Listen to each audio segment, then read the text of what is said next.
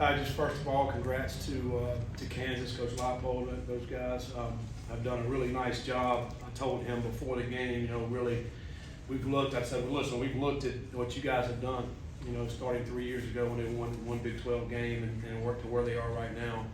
And he mentioned some things that I think that we can certainly hang our hat on as well as we move forward. One thing I told our team just then, I apologize to our seniors that we didn't have the kind of year that they deserve. And I feel for them from the bottom of my heart. I said, listen, we're going to help you guys out any way we can, in the future as far as jobs, or hope they can keep playing. And then I told the freshmen and the underclassmen that, we're going to get to work this winter as soon as you guys get back. And I said, it's going to be hard. It's going to be really hard. It's going to be really hard on us, coaches, as well as you players. But they want that, and they obviously they need it, but they want it as well. And so this winter is going to be extremely difficult. The reason we lost a lot of games this year was, we talked about this, undisciplined play, not doing the things we need to do to give yourself a chance. And again, it happened tonight. Those are the things we're going to clean up. I mean, it's unacceptable the way we played at times this year. And it cost us a lot of games. And so those are the things that I'm looking forward to starting tomorrow in this all season. And we've got 22 guys committed to sign December 20th. I think it's a really good class. And I say good, they're talented, but they're great people, young men that we're going to bring in this program. And then we're going to hit the portal hard. December the 4th, it opens up. We're going to have, we're looking to get, roughly 12 to 14 guys. I mean, if we get them in January, if we get them in the summer semester, but we have to get some guys who can come in here and help us win. And so we're going to attack that hard. And so those three fronts really is kind of the thing that we're looking at as we move to the future. The squib kick right before halftime, what goes in that thought process there instead of kicking it deep? Well, just so they don't get any kind of a return. And obviously you didn't want to kick it like we did. It ended up bouncing right to the guy in the middle and he gets, close to midfield. So it wasn't well executed. The thought is to, kick a squib, at a little bit of an angle, so that it gets ball bounced around, our guys go cover it. Now we're getting onto them. And the clock starts to run. It wasn't, I don't even know what the time was, less than a minute maybe. 26 seconds. Yeah. So, and then it was just poor defense, the next three plays. And, but way too much poorly executed squib.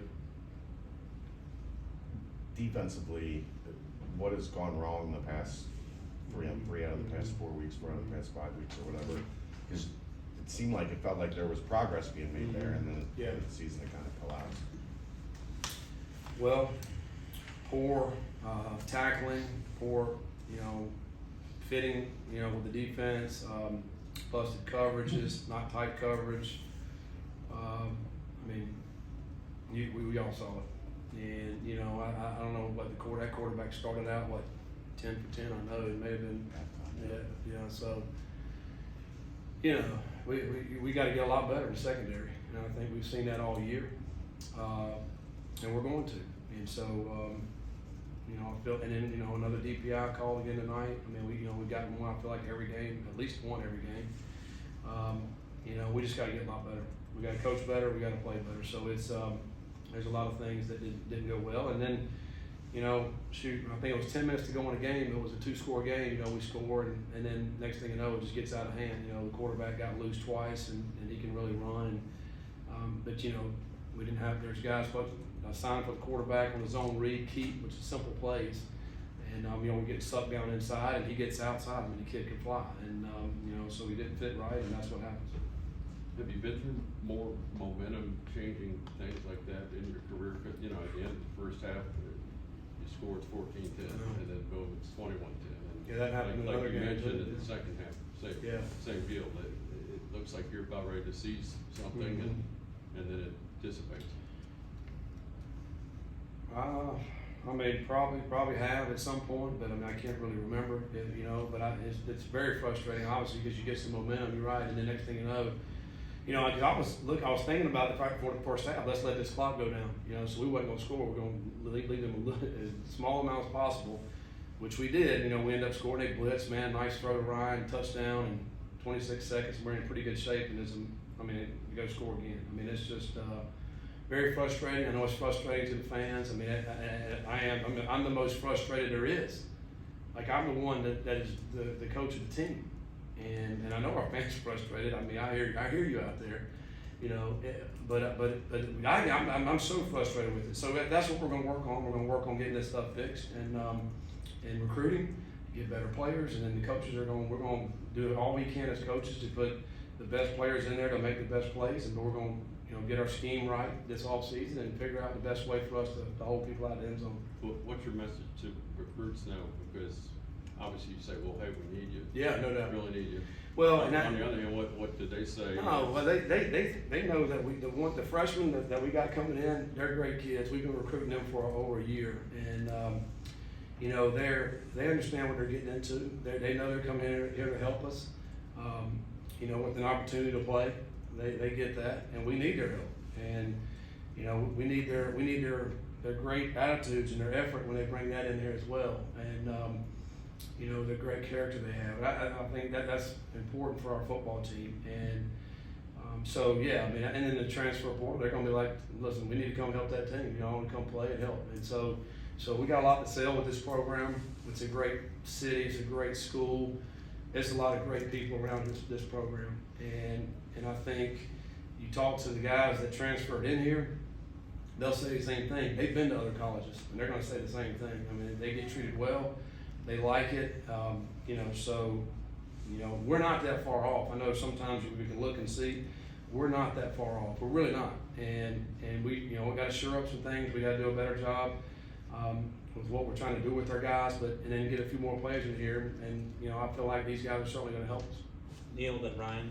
It seemed like every time you guys found that momentum there on the offensive side, Kansas would respond with a short drive, 3-4 plays, minute and a half, taking off the clock there in the second half. What were they doing to cause you guys those unbalances on the defensive end there in the second half? They're doing a great job with all the shifts and motions. They're one of the top teams in the country that do that, and they utilize their tight ends and the motions. They utilize the wildcat, and I think tonight you guys probably 3 or 4 times where their quarterback's not the primary receiver of the ball, but then they hand it to him, and then he throws it.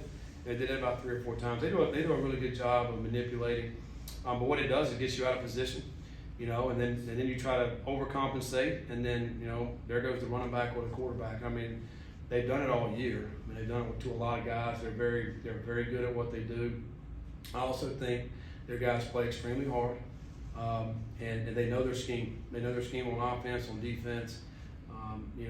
Again, he's been there 3 years. He's done a really nice job with that, and that's the result. You mentioned the transfer portal and recruiting. Can you just walk us through this next week, maybe week and a half? Will be like? Yeah. Next week we're getting our guys in. We're gonna meet with our guys positionally, one-on-one. Get a plan with those guys and see, really see where we're at. Who's going to get in the portal, who's going to stay, all those type things. We'll do that first of next week. And then at the end of the week, I think we got, there's high school championship games, probably go to Columbus or Akron or wherever they're playing that, to watch that Friday night, maybe Saturday. We're going to start recruiting this week. So basically the first half of the week we're dealing with our team, and then we're recruiting the second half of the week, and then all the way through until signing day. December 4th is the portal when it opens up, and then we'll be able to bring some guys in on campus with that. We're going to try to be very aggressive in that, getting guys here early. So you'll probably hear about some of that stuff that's happening that week of the 4th. But next week will be really, quite honestly, some of these games that were over Saturday, I saw guys jumping in the portal too. So that stuff's going to happen, even though the 4th is the actual official day. People are going to put some stuff out now, if they're leaving too. So that's going to start. We're going to start that period right now. Russ and Chad. When you look at the entire roster as a whole, and just the amount of reps that younger guys that haven't played as much this year but still got in there, do you guys as a staff feel confident that you have enough body of work for them in terms of practice film and overall film that you can make a solid judgment on? Wanting to keep guys versus encouraging guys to get them just. No, I think we see them every day at practice too. So we have seen some guys, out there that play. You know, like for example, Barry Jackson played again tonight. He's played 4 games. I mean, we've seen some good stuff out of him. But also practice. You know, like I mentioned this a few weeks ago. The last month we've been doing scrimmages. You know, at the end of practice. So we're trying to evaluate every day about what these guys can and can't do. I feel like we got a good handle on that. You know, certainly guys that are young in the program, you also have to see kind of where they're going to be a year from now, you know, and so you got to project a little bit with some of those guys that have been in the program for 2 or 3 years. You kind of know where they are, you know, so yeah, I think we have seen enough. You mentioned 2 years ago, Kansas was a one-win team. Last year, West Virginia and Iowa State both had seasons that they struggled. Does that give you like a path, a direction to follow? Arizona's another team that this is their 3rd year, and they were doing really well. You know, and I've been a part of it. I mean, I think it takes time. I've mentioned that. I mean, it takes time for guys to, to understand exactly, the players understand what we're trying to get out of them, and then vice versa. And you know, I think the difference is this day and age now you're dealing with this portal stuff. It's difficult now. It's difficult as far as your players that are on your roster, and then now you're having to go get some. So, you know, you can't go get too many. You know, that's not good either, because we've seen some things out there in the country that's kind of backfired. But you have to get enough. You have to get the right mix and the right type player to come in here and add into your culture, because I think the culture piece is the thing to get overlooked so much more, maybe, than just the talent piece. Last couple, Neil, then Aaron. Ryan Montgomery has been a guy who has shown a lot of flashes here in the later half of the season. Obviously on senior night tonight, he finished with 2 touchdowns passing, passed 1 and caught 1. A guy who senior year battled a lot of adversity. Can you just reflect on his experience? Yeah, I mean, I really like Ryan. You know, that's what I told the seniors. You know, some of these guys, I've only been here a year, so you don't get a chance to really know them. You know, and Ryan's got the right stuff about him, and I hate he missed 4 or 5 games this year. Really could have used his leadership, but his playmaking ability. I mean, this guy's, how versatile is this guy? I mean, he can run on one end, he can catch one end, and he threw one tonight. And he's also a punt returner. You know, he's a super talented guy. Unfortunate with his injuries throughout his career. I feel like he's had a ton of injuries, but he's going to be successful in what he does throughout his whatever career he decides to go into, because he's got the right stuff about him. And I miss that I'm only going to get the 1 year with him. And there's a lot of those guys like that, but man, he's been fun the last few weeks to be able to watch practice and go out and make plays on games. Aaron, final question. You and your staff transitioned to a new school this season. You are transitioning into a new conference this season. It's obviously a really tough season in general, as wins have been a little elusive. What have you learned about yourself through this journey? Ooh, that's a good question, man. I know.